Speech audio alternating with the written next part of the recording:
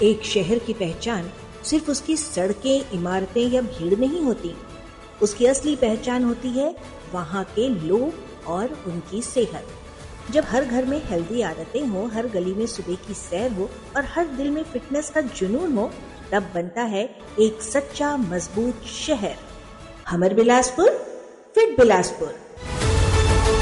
हमर बिलासपुर फिर बिलासपुर, एक नया कदम, एक नई शुरुआत। हेल्थ कोच MHD यानी महेंद्र के साथ हर रविवार शाम 5 बजे सिर्फ रेडियो अर्पा 90.8 FM पर। हमर बिलासपुर, फिट बिलासपुर। जय जोहार, नमस्कार बिलासपुर। रेडियो अर्पा 90.8 FM पर आप सुन रहे हैं हमर Bilaspur fit Bilaspur, health coach MHD यानी महेंद्र के साथ, जहां पर हम बातें करते हैं हेल्थ की, फिटनेस, लाइफ स्टाइल से जुड़ी उन बातों को जिन्हें अपनाकर आप एक हेल्थी लाइफ स्टाइल जी सकेंगे। आज हमारे बीच मेहमान हैं डॉक्टर सुरभि राजगीर, जो पिछले 6 सालों से महिलाओं को PCOS, PCOD के बारे में जागरूक कर रही है। अपने ज्ञान और अनुभव से इस दौरान उन्होंने सैकड़ों महिलाओं की जिंदगी में बदलाव लाई है। तो डॉक्टर सुरभि राजगीर, आपका बहुत बहुत स्वागत है आज के हमारे खास कार्यक्रम हमर बिलासपुर फिट बिलासपुर में। थैंक यू महेंद्र जी, मुझे इनवाइट करने के लिए। डॉक्टर सुरभि जी, सबसे पहले हम आपके बारे में जानना चाहते हैं। मेरा नाम डॉक्टर सुरभि राजगीर है। मैं एक होम्योपैथी फिजिशियन हूँ और हाल ही में मैं अभी PCOS न्यूट्रिशन में मास्टर्स कर रही हूँ। मेरी पढ़ाई यहीं बिलासपुर से हुई है, चौक से होम्योपैथी कॉलेज से मैं पास आउट हूँ। और जो मेरी लाइफ का टर्निंग पॉइंट रहा है वो पुणे से मैंने इंटर्नशिप किया है 6 महीने का। तो वहां से मैंने जितनी भी होम्योपैथी से रिलेटेड चीजें और वुमेन हेल्थ के बारे में जो मैंने मेन सीखा है, मैंने वहां से सीखा है। उसके बाद फिर बहुत सारे बदलाव आए। मैंने IVF में भी काम किया है एज अ जूनियर डॉक्टर। और उसके बाद फिर कोविड में हम बिलासपुर में शिफ्ट हो गई मैं वापस से, और मैंने अपनी खुद की प्रैक्टिस शुरू करी। ओके, तो आप PCOS, PCOD के में काफी टाइम इसमें काम कर रही हैं आप। तो सबसे पहले हम ये जानना चाहते हैं कि PCOS और PCOD क्या है और इनमें क्या अंतर है। PCOD या PCOS जो है वो ओवरी से रिलेटेड एक समस्या है, जिसमें आपकी ओवरी के आसपास बहुत सारे छोटे छोटे सिस्ट बन जाते हैं। वो सिस्ट पानी वाले भी हो सकते हैं, ब्लड वाले भी हो सकते हैं, वो आफ्टर डायग्नोसिस समझ में आता है। तो पॉलीसिस्टिक ओवेरियन सिंड्रोम या फिर डिजीज के नाम से इसको जाना जाता है। इसके सिम्टम्स और जो लक्षण वगैरह सब अलग अलग होते हैं। हर लड़की में सेम सिम्टम्स नहीं होते हैं। तो उसके बारे में हम और आगे डिटेल में मैं आपको विस्तार से समझा दूंगी। ये जैसे आप बताएं कि अलग अलग सिम्टम आते हैं, तो जैसे किसी को PCOS है, उसको कैसे पता चलेगा उसको PCOS है, PCOD है, इसके लक्षण क्या है। देखिए, बेसिकली PCOS क्या होता है, एक हार्मोनल डिसऑर्डर है, इम्बैलेंस है। जब आपकी वुमेन रिप्रोडक्टिव के अंदर जो मेन हार्मोन्स होते हैं वो इम्बैलेंस हो जाते हैं, उसकी वजह से PCOS आता है या PCOD आता है। और उसके जो हम 3 क्राइटेरिया सेट करके रखते हैं कि अगर इन तीनों में से कोई 2 सिम्टम्स भी आपको हैं तो आप PCOD या PCOS के अंतर्गत आ सकते हैं। पहला, अगर आपकी सोनोग्राफी में अगर ओवरीज के आसपास 12 या 12 से ज्यादा आपको छोटे सिस्ट दिखते हैं, ब्लड वाले या पानी वाले, एक वो सिम्टम हो गया। सेकेंड ये कि अगर आपका पीरियड्स इरेगुलर है। थर्ड, जो मोस्ट इम्पॉर्टेंट होता है कि मेल और फीमेल दोनों में ही मेल हार्मोन प्रेजेंट होता है, बट फीमेल की बॉडी में जो वो हार्मोन है वो बहुत माइनर लेवल पे होता है। PCOD PCOS में हार्मोनल इम्बैलेंस की वजह से मेल हार्मोन जिसको एंड्रोजन बोलते हैं वो बहुत इंक्रीज हो जाता है। तो अगर इन 3 क्राइटेरियाज में से 3 सिम्टम्स में से अगर कोई 2 भी मौजूद है तो PCOD के अंतर्गत आप आते हैं। PCOS में ये डिफरेंस हो जाता है कि शरीर के अंदर इंसुलिन रेजिस्टेंट भी होने लगता है। तो वो एक माइनर डिफरेंस आप बोल सकते हैं PCOD और PCOS। डॉक्टर सुरभि, जैसे हम आपसे जानना चाहते हैं कि जैसे कई को ऐसा होता है कि उनका जो पीरियड है वो सही समय पर आता है, लेकिन उनको वेट लॉस, उनका वेट गेन होता है, वजन बढ़ता है और उनका जो हेयर फॉल होता है और एक्ने भी आता है, तो उनको कैसे पता चलेगा उनको PCOS है और डॉक्टर के पास कब जाना चाहिए। ओके, तो बहुत अच्छा क्वेश्चन है ये, क्योंकि बहुत से लोग कंफ्यूज रहते हैं। मोस्टली हमारे पास बहुत मिक्स केसेस आते हैं जिसमें पेशेंट हमसे कहता है कि मेरे पीरियड्स तो ठीक है, जो हमारे क्राइटेरिया होते हैं कि फ्लो अच्छा हो रहा है और डेज जो लेंथ होती है, साइकिल लेंथ होती है वो भी सही है, पर उसके अलावा उनको सिम्टम्स अलग अलग होते हैं। एक्ने होना या आपका वेट गेन होना, हेयर फॉल होना, ये रीजन होता है जब आपके हार्मोनल इम्बैलेंस होने लगते हैं। अगर अनचाहे बाल आ रहे हैं जिसको फेशियल हेयर बोलते हैं, इसमें ग्रोथ आ रही है, आपका वेट अनयूजुअल तरीके से बढ़ रहा है, मतलब बॉडी में इन्फ्लामेशन आ गया है, तो आप PCOD के अंतर्गत आ चुके हैं आप।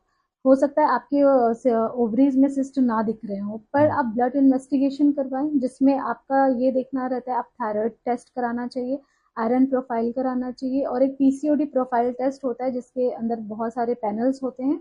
उसमें मेन जो अपने होते हैं वो LH FSH होते हैं, जो आपकी एग की क्वालिटी, उनकी ग्रोथ को देखते हैं कि किस प्रकार से हो रही है।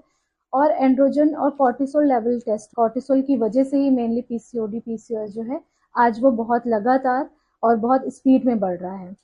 तो जैसे आपने बोला स्ट्रेस कॉर्टिसोल हार्मोन जो होता है, जी तो आजकल जो पीसीओएस की संख्या जो बढ़ती जा रही है, क्या कारण है? आजकल देखते हैं कि छोटी छोटी बच्चियों में जो 13 साल से जो पीरियड जो समय से पहले आ जा रहे हैं, जी। और वही जो महिलाओं को जो मोनोपाज है वो पहले हो जा रहा है, क्या कारण है इसके?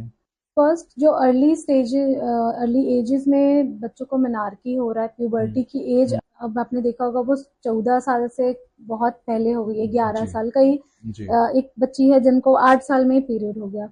रीजन इसका आप ये बोल सकते हो जेनेटिक लेवल पे भी होता है कि अगर मदर को, या क्योंकि अर्ली जो हमारे पैटर्नल या मैटरनल साइड में है, पहले के लोगों को उतना हिस्ट्री नहीं पता होता था। आज भी अगर आप बच्चों से पूछे तो उनको नहीं पता होगा कि उनके ग्रैंड पेरेंट्स को क्या क्या हेल्थ इश्यूज रहे हैं। ठीक है, तो ये एक जेनेटिक लेवल पे भी होता है, प्लस एनवायरमेंटल फैक्टर जो आज हमारे आसपास का एनवायरमेंट है, ईटिंग हैबिट है, जिस तरीके से बच्चे, क्योंकि अगर आप 10 बच्चे से भी पूछें तो कोई एक बच्चा भी ऐसा नहीं होगा जो आपको बोले कि हाँ मैं डेली फ्रूट खाता हूँ या डेली मैं ग्रीन वेजिटेबल्स लेता हूँ।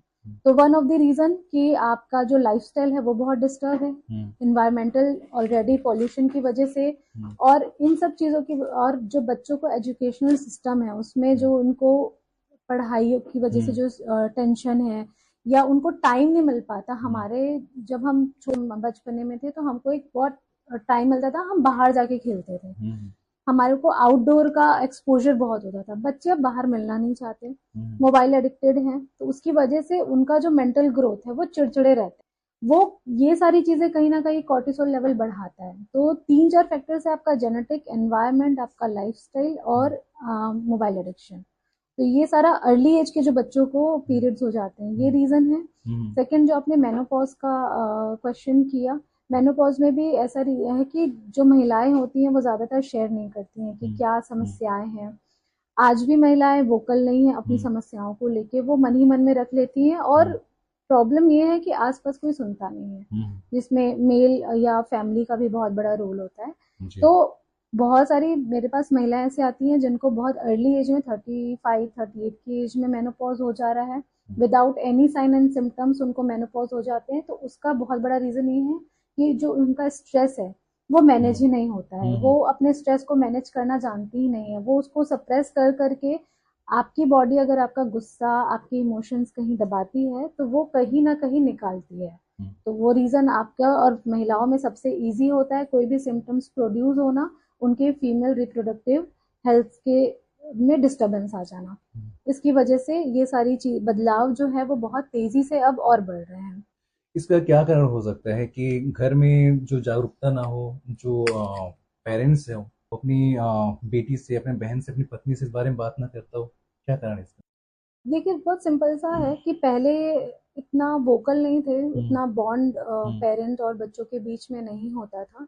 अगर, और ये फैमिलीज पे भी बहुत डिफर करता है, जरूरी नहीं है कि अगर हम आज बोल रहे हैं तो शायद सारी फैमिलीज या पेरेंट्स इम्प्लीमेंट कर पाएंगे।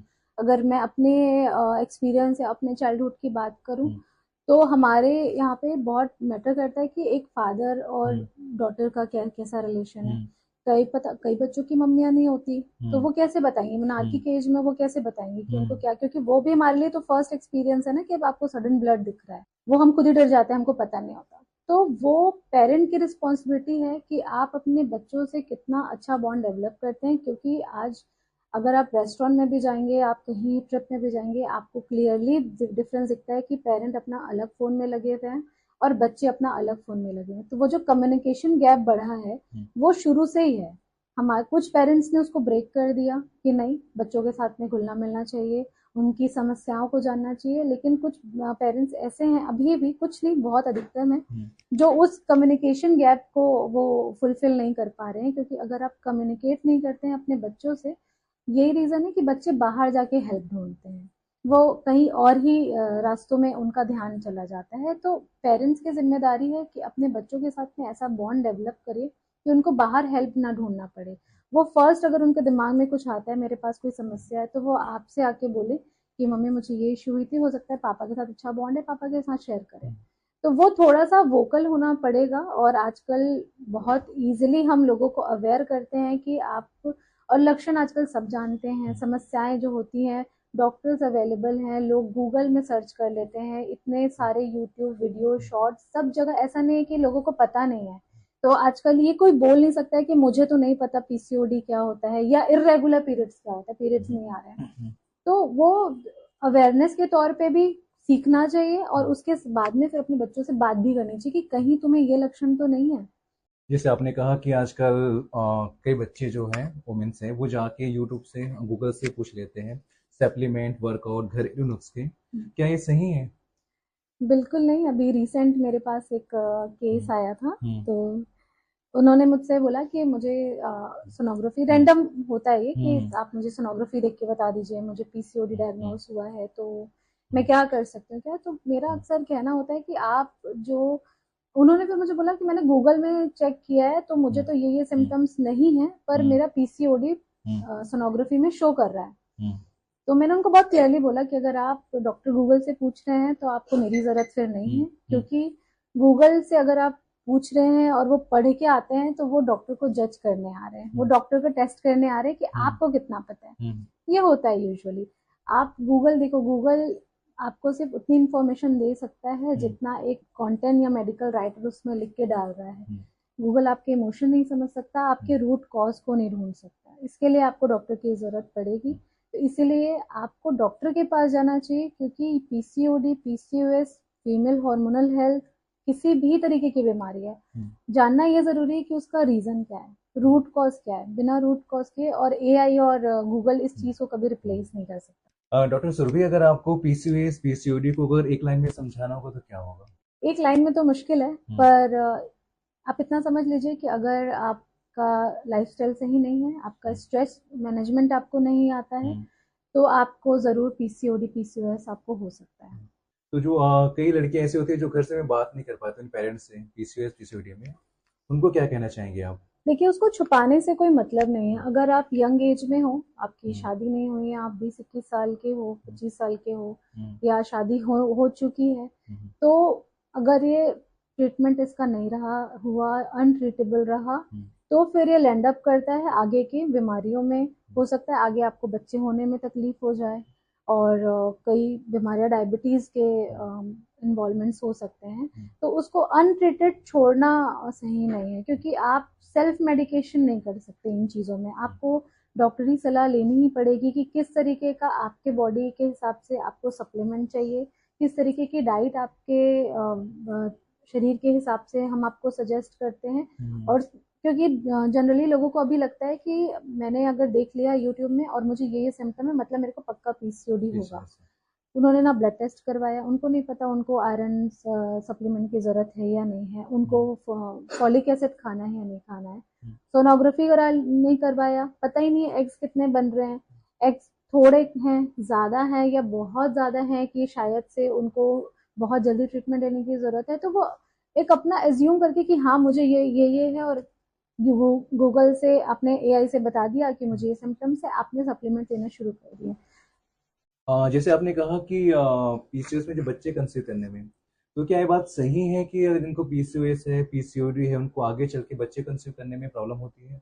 नहीं, ऐसा नहीं बोल सकते कि पीसीओएस या पीसीओडी वालों को बच्चे कंसीव करने में प्रॉब्लम होती है। वो बहुत अच्छे से, मेरे पास खुद केसेस है जिन्होंने बहुत ब्यूटीफुली नेचुरली कंसीव किया है। यहाँ पे मेजर रीजन मैंने आपको बताया कि अगर आप इसको अनट्रीटेड छोड़ते हैं, अगर आप इसका ट्रीटमेंट प्रॉपर नहीं लेते हैं, जड़ से इसको खत्म नहीं करते हैं, तो नो डाउट इनफर्टिलिटी कॉज करता है। इनफर्टिलिटी मतलब बच्चे पैदा करने की क्षमता जो है वो कम हो जाती है, क्योंकि आपके ओवरीज के एग्स में प्रॉब्लम है, आपके एग्स मेच्योर नहीं होंगे, जो रप्चर होते हैं वो उसमें क्वालिटी ही नहीं है। और कुछ रीजन ये भी होते हैं, अगर गाँव के बच्चे जो डिसेबल होते हैं, जो एबनॉर्मल बच्चे पैदा होते हैं, क्योंकि गांव में अवेयरनेस नहीं है, तो बहुत बड़ा रीजन ये भी है कि इसकी वजह से भी हो सकता है। तो अनट्रीटेड अगर आपने छोड़ा है, आपने ट्रीटमेंट कंप्लीट नहीं किया और आप अपनी लाइफस्टाइल चेंजेस नहीं किए, पीसीओडी को आपने रखा ही है तो चांसेस है कि इनफर्टिलिटी पे लैंड अप। डॉक्टर सुरभि, हम आपसे ये भी जानना चाहते हैं कि अगर कोई सही से अगर पीसीओएस पीसीओडी का अगर इलाज ना कराए तो आगे चल के उनको कौन कौन सी गंभीर बीमारियां हो सकती हैं? पीसीओडी और पीसीओएस अगर आपने इलाज नहीं करवाया तो आपको आगे चल के डायबिटीज़ हो सकता है, क्योंकि इंसुलिन रेजिस्टेंट बढ़ जाता है। बॉडी जितना इंसुलिन बना रही है उसको यूज़ नहीं कर पाती है हार्मोनल इम्बैलेंस की वजह से। हाइपरटेंशन हो सकता है, उनको कार्डियक इश्यूज आ सकते हैं, और मेजर मेजर जो मैं हर वुमेन को बोलती हूँ कि इसके लिए आपको ध्यान देना चाहिए कि इनफर्टिलिटी कॉज कर सकता है, चाहे वो प्राइमरी हो। कुछ ऐसे पेशेंट होते हैं जिनको एक बच्चा है और उसके बाद में उनको पीसीओडी होगा, उसके बाद में वो इनफर्टिलिटी, सेकेंडरी इनफर्टिलिटी के अंडर आ गए वो, और वो कंसीव ही नहीं कर पा रहे। तो ये भी रीज़न होता है कि हो सकता है कभी उनको पीसीओडी रहा होगा और ट्रीटमेंट उन्होंने नहीं सही किया होगा, और अब आगे जाके वो सेकेंडरी इनफर्टिलिटी का रीज़न बन सकता है। डॉक्टर शुरभि, हम आपसे जानना चाहते हैं कि क्या आपके पास कोई ऐसा केस आया है जो आपको इमोशनली टच किया हो पीसीओएस पीसीओडी में? मेरे पास ऑलमोस्ट सारे ऐसे केसेस होते हैं जो बहुत इमोशनली मेरे साथ अटैच हो जाते हैं, पर एक यंग, मेरे पास अभी हैरानी की बात यह है कि मेरे पास अभी जितने केसेस चल रहे हैं वो सारी बच्चियां 20 से 21 साल की है। ऑलमोस्ट सबको सेम सिम्टम्स हैं, कुछ एक को बिल्कुल भी सिम्टम नहीं है पर उनको पीसीओडी है। और एक बहुत प्यारी बच्ची मेरे पास आती है, उनको बहुत ही महीनों से वो परेशान थी। उसने वो मेरा यूट्यूब शॉर्ट देख के आई थी, हमारी सिटी की है। तो उसने मुझे बोला कि वो दीदी बोलती, उसने मुझे बोला कि दीदी मैंने देखा है पीसीओडी और मुझे लगता है कि आप मेरे को ठीक कर ही दोगे। उसका ट्रीटमेंट चल रहा है, 3 महीने में उसके पीरियड्स रेगुलर हो रहे हैं अब। और मेजर रीज़न ये है कि एक बार ये पीरियड्स रेगुलर होने के बाद में पेशेंट मेडिसिन ट्रीटमेंट छोड़ देते हैं, वो नहीं करना। इसका ट्रीटमेंट आपको 8 महीने से 1 साल करना ही चाहिए, क्योंकि आपका जो मंथली साइकिल है वो मंथ में एक बार आ रहा है। आप वो कैसे जान सकते हो कि आपका साइकिल रेगुलर हो चुका है? उसने फिर जब वो सेकेंड टाइम थर्ड टाइम उसका रेगुलर आने लग गया, वो क्लिनिक मेरे केबिन में एंटर किया उसने, और उसने बोला कि मैं आपका झाक कर सकती हूँ क्या? मैं कहा बिल्कुल कर लो। बोलती मैं बहुत खुश हूँ, क्योंकि वो इतनी परेशान थी, उसकी 6 महीने से ब्लीडिंग नहीं रुकी थी। वो कॉलेज गोइंग बच्ची है, बहुत पतली बहुत प्यारी सी, और वो बाइक चलाती है खुद भी, शायद वो जान गई होगी मैं उसकी ही बात कर रही हूँ। पर वो बोली दीदी मेरे को 6 महीने से एक दिन भी ब्लीडिंग नहीं रुकी है, और मैं इतनी ज़्यादा परेशान हो चुकी हूँ। उसकी वजह से उसका जो कॉन्फिडेंस है वो चला गया, उसका जो पढ़ाई है उसकी पढ़ाई में डिस्टर्बेंस हो गई। तो ये बहुत बड़ा रीज़न होता है कि उसकी वजह से आपका जो स्ट्रेस लेवल है वो बहुत अफेक्ट होता है। आप रेगुलर अपने कामों में ध्यान नहीं दे पाते हो, अपने पढ़ाई पे ध्यान नहीं दे पाते हो। और जनरली जो हमने उसकी डाइट चेंजेस करे, पर वो जो मेरे लिए एक बहुत अच्छा था कि उसके बाद में फिर जितने भी केसेस चल रहे हैं सारे यूथ हैं, सारे नए बच्चे हैं, 20, 21, 22, 25 साल के अंडर वाले रेंज के ही हैं। तो ऐसा, तो वो हमारे लिए भी बहुत एक सोचने की बात होती है कि शायद हमें अवेयरनेस और ज़्यादा स्पीड में बढ़ाना पड़ेगा, ताकि जितने ये बच्चे अभी आ रहे हैं हमारे पास में, देखो कमाना हर कोई चाहता है और सारे कमाने बैठे हैं, पर किसी के हेल्थ के साथ में खेल हो ये किसी को पसंद नहीं है। तो इसलिए मेरा फोकस है कि अवेयर करो बच्चों को, जितना अवेयरनेस आप लाइफस्टाइल डिसऑर्डर्स में अपने लाइफस्टाइल मैनेजमेंट में कर सकते हो, स्ट्रेस मैनेजमेंट में कर सकते हो, जितना सुधार आप ला सकते हो वो आपको लाना चाहिए। जो महिलाएं, जो बच्चे जो पीसीओएस से पीसीओडी से जूझ रही है, उनको ऐसा कौन सी पॉजिटिव कदम उठाना चाहिए आपके हिसाब से?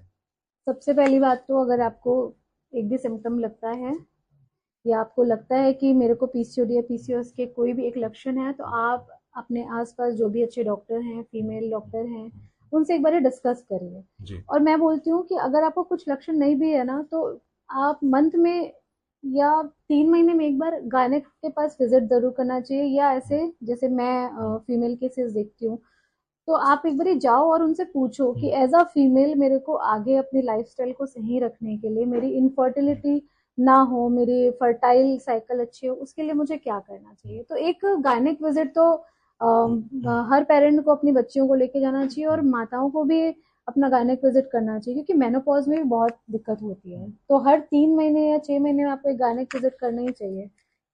डॉक्टर शुरभि, जैसे ये कई बार सुनने को मिलता है कि जिसे कहा जाता है कि अगर जिनको पीसीओएस है तो उनको कहते हैं कि अगर शादी के बाद ठीक हो जाएगा, क्या ये सही है? शादी के बाद कैसे ठीक हो जाएगा?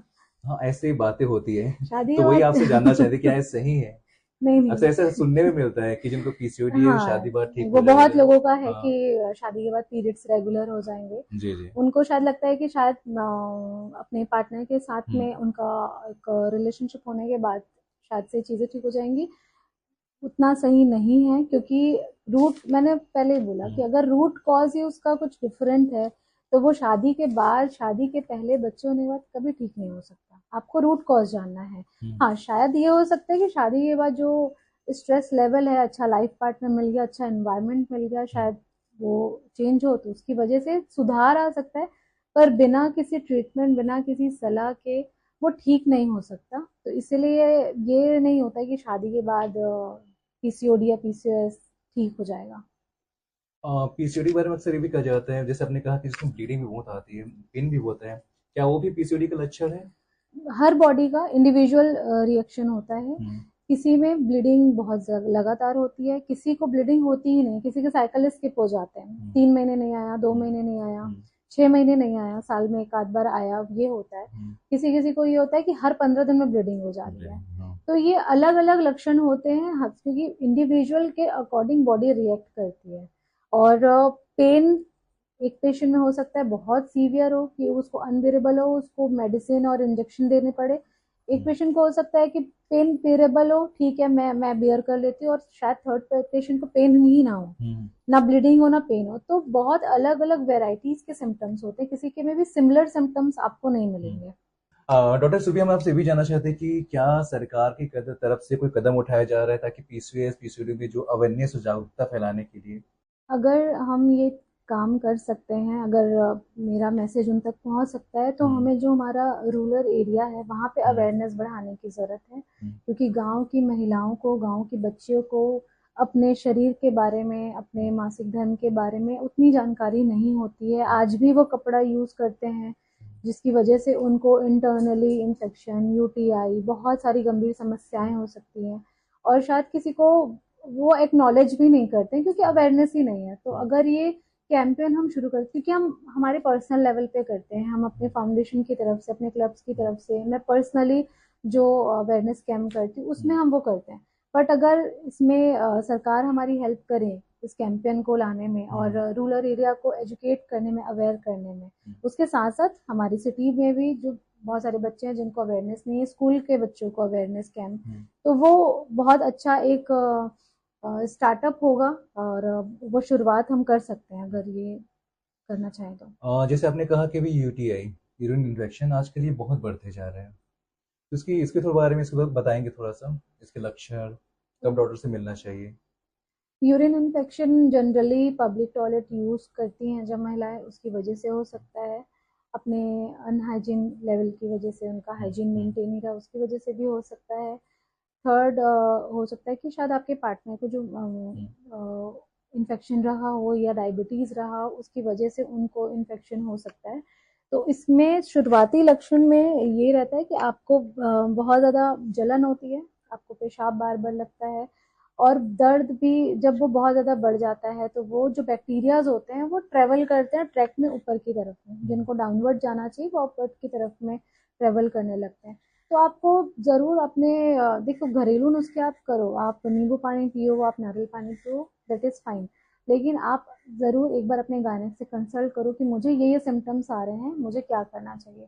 क्योंकि ये बैक्टीरिया की वजह से होता है। आप बैक्टीरिया को ऐसे ही छोड़ दोगे, अपने 5 दिन आपने सोचा कि मैंने दही खा लिया और ये सब कर लिया और वो ठीक हो जाए, हो सकता है 10-15 दिन बाद आपको दोबारा से आए, और वो सीवियर है, फिर वो ऊपर की तरफ हो गया, आपको पीआईडी हो गया, पेल्विक इन्फ्लामेशन हो गया, तो ये बहुत वास्ट बढ़ सकता है।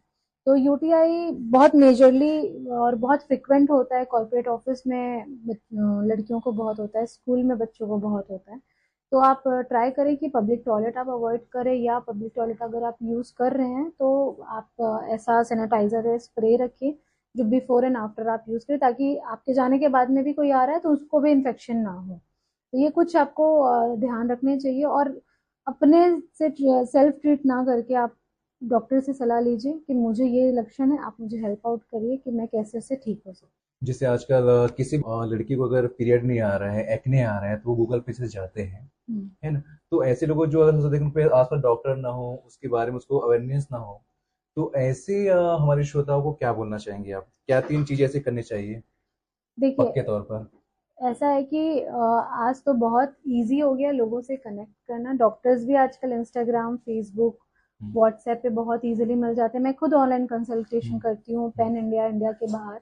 तो ऐसा नहीं है कि हम मैं या मेरे जैसे बहुत सारे डॉक्टर्स अवेलेबल नहीं हैं फॉर ऑनलाइन कंसल्टेशन, या जस्ट हुँ, आपको क्वेरी है हुँ, पूछने के लिए, तो आप, मैंने वही बोला, आप सेल्फ ट्रीटमेंट आप गूगल से पढ़ के, गूगल तो आपको ये बोल देगा कि हुँ, आपको कैंसर है। हुँ, आपको वो, आपको सिर्फ पूछने से वर्स्ट क्या हो सकता है, हुँ, प्रोग्नोसिस क्या हो सकता है, वो हुँ, बोल देगा हुँ, कि हो सकता है आपको यूट्राइन कैंसर, ओवरी कैंसर हो जाएगा। हुँ, तो वो आप सर्च करते हो, आसपास बहुत सारे ऐसे आपके डॉक्टर्स या हेल्थ केयर हुँ, प्रोफेशनल्स अवेलेबल हैं जो हुँ, आपकी हेल्प कर सकते हैं। हम खुद इंस्टाग्राम, फेसबुक, व्हाट्सएप पे अवेलेबल हैं, तो आप एक बार पूछ लीजिए। हुँ, ऐसा है ही नहीं कि आपके आसपास डॉक्टर नहीं है, क्योंकि गूगल से आप दोबारा क्या सर्च करेंगे, आप एआई से क्या पूछेंगे, आपको एआई कभी आपको सही गाइडेंस नहीं दे सकती। हुँ, तो वो बेटर है। अगर फिर भी अगर ऐसे लोग हैं जिनके आसपास शायद से दूर दूर तक डॉक्टर हुँ, नहीं है या नेटवर्क नहीं आता, तो आप अपने घर में किसी बड़े से बात करिए हुँ, कि मुझे ये लक्षण है, वो आपको लेके जाएंगे डॉक्टर के पास में। पर उसको अपने तक मत सीमित रखिए कि नहीं ठीक है। बच्चे डर जाते हैं क्योंकि अगर उनका पीरियड मिस हो गया, मेरे पास अभी यंग बच्चे आते हैं, उनको लगता है कि अगर हम मम्मी को बताएंगे पीरियड मिस हो गया तो शायद से मम्मी डांटेंगी। हुँ, होता है, क्योंकि मैंने बोला ना, कम्युनिकेशन गैप बहुत बड़ा है। तो वो मेरे पास आके डिस्कस करते हैं, शायद उनको कंफर्टेबल लगता होगा, तो फिर मैं उनको गाइड करती हूँ कि ठीक है, जो भी चीज़ें हैं उसका सॉल्यूशन है। आप लेट आओगे, आप लेट चीज़ें बताओगे, हमारे लिए भी डेंजर की बात होती है, आपके लिए भी डेंजर की बात होती है। तो आप कम्युनिकेशन करो। और अगर कोई भी अवेलेबल नहीं है, अपने घर में आपके पेरेंट है, आपकी टीचर है, स्कूल टीचर, आप उनसे डिस्कस कर लो कि मुझे मैम ये लक्षण आ रहे हैं, शायद वो आपको सही गाइड कर पाएंगी। पीसीओडी, पीसीओएस को ठीक करने के लिए एक्सरसाइज कितना ज़्यादा मदद करता है? सिर्फ एक्सरसाइज हेल्प नहीं करता है। हुँ, और कॉम्बिनेशन पीसीओडी क्योंकि लाइफस्टाइल डिसऑर्डर है, आपको अपना लाइफस्टाइल सुधारना पड़ेगा। अब लाइफस्टाइल में सिर्फ वर्कआउट नहीं आता, वर्कआउट के साथ में आपका डाइट आता है, आपको हेल्थ सप्लीमेंट्स लेने होते हैं। अच्छा, बहुत सारे लोगों को एक क्वेश्चन होता है कि हेल्थ सप्लीमेंट क्यों लेना है, तो दवाइयाँ। हुँ, हेल्थ सप्लीमेंट दवाइयाँ नहीं होती। सप्लीमेंट्स इसलिए ज़रूरी है क्योंकि हम जो डेली खाना खा रहे हैं, हो सकता है हमें उतने जो न्यूट्रिएंट्स हमको चाहिए है वो हुँ, उस खाने से नहीं मिल पा रहे हैं, क्योंकि सबको पता है कुछ अभी इतने ऑर्गेनिक फूड नहीं मिलते हैं। तो वो हेल्थ सप्लीमेंट हमें इसलिए देना ज़रूरी है।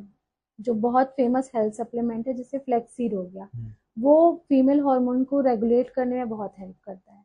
तो health supplement plus diet plus lifestyle plus stress management, ये कॉम्बिनेशन के साथ में आप पीसीओडी और पीसीओएस को ट्रीट कर सकते हैं। तो बिलासपुर जैसे स्मार्ट सिटी में आप यहाँ की महिलाओं को क्या मैसेज देना चाहती हैं जो पीसीओएस पीसीओडी पर खुलकर बातें कर सकें? मेरा एक यही मैसेज है और मेरा उद्देश्य भी यही है हुँ, कि स्कूल टीचर्स, स्कूल के जो बच्चे हैं, कॉलेज टीचर्स, प्रोफेसर्स, कॉलेज हुँ, के जो बच्चे हैं, हुँ, वहाँ पे हम जितनी ज़्यादा अवेयरनेस ला सकते हैं, क्योंकि वो स्कूल हमारा फाउंडेशन होता है। स्कूल के बाद हम कॉलेज जा रहे हैं, कॉलेज के बाद लोग अपने अलग अलग हुँ, फील्ड्स में जा रहे हैं। तो अवेयरनेस मेन है। अगर हम स्कूल के बच्चों के साथ में जो टीनेज के बच्चे हैं, उनसे हुँ, जाके अगर हम उनको अवेयरनेस के तौर पे एक कैंपेन शुरू कर सकते हैं। और अगर आपके पास कोई भी बच्चा अपना सिम्टम बताता है या आपसे कोई बात शेयर करता है, तो उसको कभी इग्नोर नहीं करना चाहिए। यूजुअली हो जाता है कि शायद इग्नोर कर हो हुँ। जाता है, मिस हो जाती हैं कॉन्वर्सेशंस। बट अगर आपका कोई बच्चा है जो आपके पास आपको शेयर कर रहा है बातें, तो ज़रूर उसको एक्नॉलेज करिए, उसको प्रॉपर गाइड करिए। और बहुत सारे हेल्थ केयर प्रोफेशनल्स, डॉक्टर्स हमारे अपनी बिलासपुर की सिटी में, हम सारे अवेलेबल हैं आपके लिए हमेशा। आपको हमारी ज़रूरत है, हम आपकी हेल्प करेंगे, बट अवेयरनेस मेरे ख्याल से अभी बहुत ज़्यादा इम्पोर्टेंट। तो बहुत बहुत धन्यवाद डॉक्टर सुरभि राजगीर जी, आपने इतनी अच्छी जानकारी दी हमारे श्रोताओं को पीसीओएस पीसीओडी के बारे में। रेडियो अरबा 90.8 एफएम पर आप सुन रहे थे हमर Bilaspur fit Bilaspur health coach MHD यानी महेंद्र के साथ। अगर श्रोताओं, अगर आपके आसपास भी कोई ऐसी पीड़ित है जो पीसीओएस पीसीओडी से है, अगर आप तो डॉक्टर सुरभि से पीसीओएस के बारे में कुछ जानकारी चाहते हैं, कोई सलाह लेना चाहते हैं, तो बिल्कुल इनसे पूछ सकते हैं। अगर आप मुझसे कंसल्ट करना चाहते हैं या आपको पीसीओडी, पीसीओएस या फीमेल हार्मोनल से रिलेटेड किसी भी तरह की जानकारी चाहिए, गाइडेंस चाहिए, तो मेरी क्लिनिक अवेलेबल है कंपनी गार्डन के सामने। और आप मुझसे कांटेक्ट भी कर सकते हैं। मेरा फ़ोन नंबर है 8181812958 और इंस्टाग्राम पे भी मैं डॉक्टर सुरभि राजगीर के नाम से अवेलेबल। तो फिर हम यहीं पे मिलते हैं अगले रविवार फिर एक नए मेहमान के साथ। तब तक अपना ख्याल रखिए, स्वस्थ रहिए। नमस्कार, जय जोहार। हमर बिलासपुर फिर बिलासपुर, एक नया कदम, एक नई शुरुआत। हेल्थ कोच MHD यानी महेंद्र के साथ हर रविवार शाम 5 बजे सिर्फ रेडियो अर्पा 90.8 FM पर। हमर बिलासपुर फिट बिलासपुर।